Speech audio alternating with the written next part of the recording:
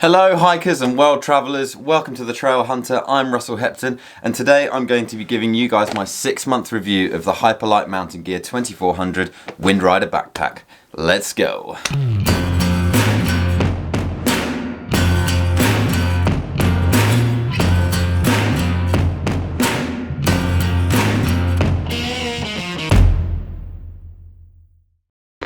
For those of you who are new to my channel, I believe that the best way to explore the world is on foot. I'm offering you hiking video guides, gear reviews, gear lists, travel tips, hiking tips, and much more. So if you're new here, click that subscribe button below for more videos. Okay, so I bought this backpack in June with the plan of going traveling around Southeast Asia for a couple of months, and also I took this backpack on the South Downs Way, which took me 100 miles, took me about 3.5 days. I've also taken this backpack to Everest Base Camp. I've climbed volcanoes using this backpack. It's been with me in minus 20-degree temperatures. I've taken it through jungles, it's been rained on. So I thought I'd just put this gear review together for you guys to give you my absolute honest and detailed opinion. The things that I loved most about this backpack is that it's incredibly durable. I had absolutely no issues with the front mesh and side mesh pockets at all. They haven't snagged or anything. They would get caught on a few things, but it's so unbelievably strong.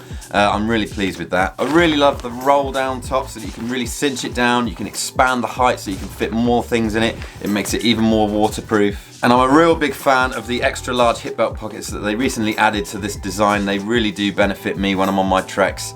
I can put my iPhone 8 Plus in there, I can put my chapstick, everything that I need really close to hand, so they're really good as well. And another thing I really love about Hyperlite Mountain Gear products is that they make these Dyneema pods that are specifically designed to fit inside the backpack.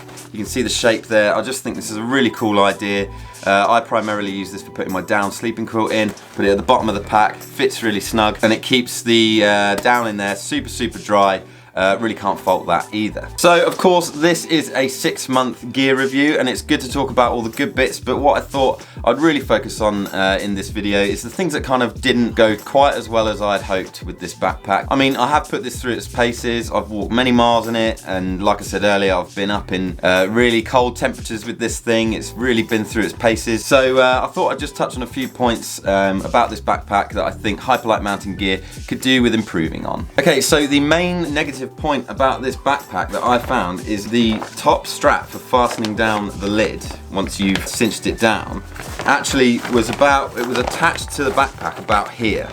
So you've got one kind of attachment there, and then it was attached about here with another little bit of thread and another stitch. And while I was hiking the South Downs Way, I was about 60 miles in, and I had my tent on top because I like just having my tent out and then I can grab everything out, and the first thing at camp that I set up is my tent. So I usually have something like that on the top, maybe some other supplies. And while I was hiking, that actually started coming loose and it came off. So it was still attached here, which is absolutely fine. But once this came off, it was just kind of, I was like, why did they even put that piece of stitching there? They might as well have just left it. I don't know if it's there to give it added strength or for you to clip other things to it, but literally like 60 miles into my hike, I think that was the first proper hike that I did with this backpack, and that failed. So the actual stitching that's down here is so strong.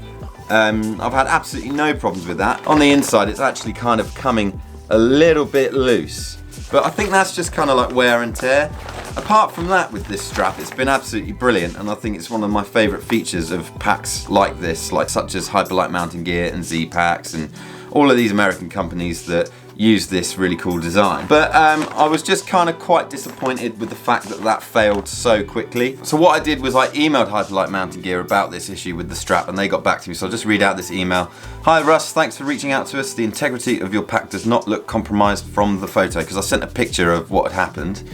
As the webbing rubbed against hard objects, some fraying may occur.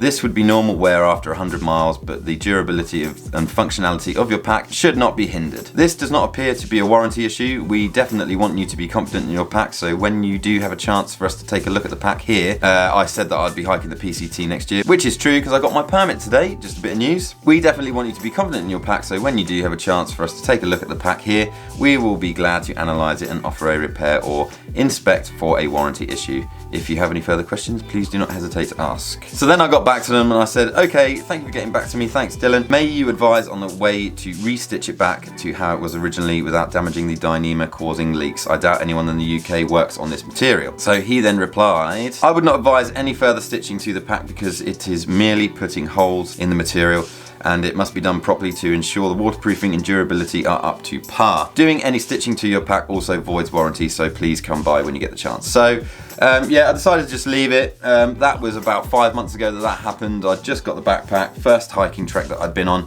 and yeah, actually in the end, this last bit of stitching here has really held out, and I haven't had any further issues with that. So that is the first main issue that I've come across with this backpack. Okay, the next issue that I've found with this backpack is not just the stitching here, but the stitching on the other supporting parts of the backpack right there and on the side straps. It just seems to be coming loose, and more loose than I would imagine with other backpacks that I've ever had. That said, the pack's still incredibly strong, so I wonder if this is just wear and tear. I wonder if the backpack's actually been designed in this way so that when the backpack's flexing, the thread in the stitching actually gives it a little bit of leeway so that it doesn't snap. If that's the case, then absolutely fantastic, but I would have thought with Hyperlite Mountain Gear, one of their slogans is to make their backpacks bomb-proof. I would hope that the stitching would kind of hold out a little bit longer, but it's still absolutely fine, no issues furthermore on that. Okay, the next really quite interesting thing that I wanted to touch upon was when I was hiking up to Kalapatar in the Everest Base Camp trek, the temperatures plummeted to about -20 degrees centigrade. And what I really didn't expect to happen with this backpack is that the material, the Dyneema, actually felt like it had froze. It got really brittle, and when I moved the backpack it was really loud and really scrunchy. I felt that if I kind of scrunched it a little bit too much, then it would have actually broken maybe some of the waterproof properties of the backpack. It maybe could have broken the glue on some of the seams or some of the sealing on the inside. I actually haven't had this backpack out in the rain ever since that trek, so what I'd like to do is maybe do a bit of a rain test with it to see if the waterproof properties have been affected. But it was just really odd. I'd never seen a material freeze like that on a backpack, so really interesting. Just something I thought I'd point out. One more thing about this backpack, this is just my personal preference. I feel that the shoulder straps could be a lot thicker than they actually are. They're just a little bit too thin. On the Z-Packs near it had really nice thick padded shoulder straps, and they've managed to keep the weight down on that, so I don't know if Hyperlite Mountain Gear could actually create some shoulder straps that are just a little bit thicker, a little bit more padded without compromising on weight. Just a comfort factor, but mainly I got on pretty well with the size of these straps as they are. One last thing about this backpack, and I love the size of the new hip belt pockets. The only thing I don't like is that they're not very waterproof at all.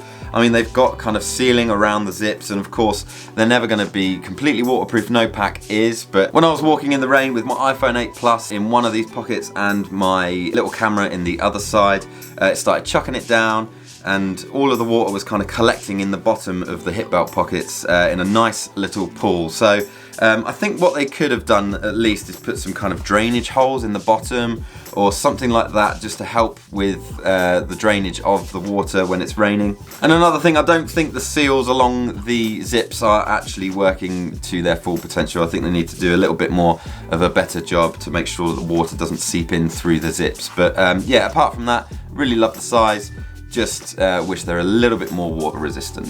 So there you go, just a few things to think about with the HMG 2400 Windrider backpack before you buy it, or if you've bought it already. Overall, hands down, this is the best backpack I've ever bought. It's been absolutely fantastic. It's been great for traveling with, and it's enabled me to be able to get off of a plane and then go straight up a mountain if I wish. The size was perfect for a 2-month stint out in Southeast Asia. I love how light it is, I love how strong it is, I love its waterproof properties.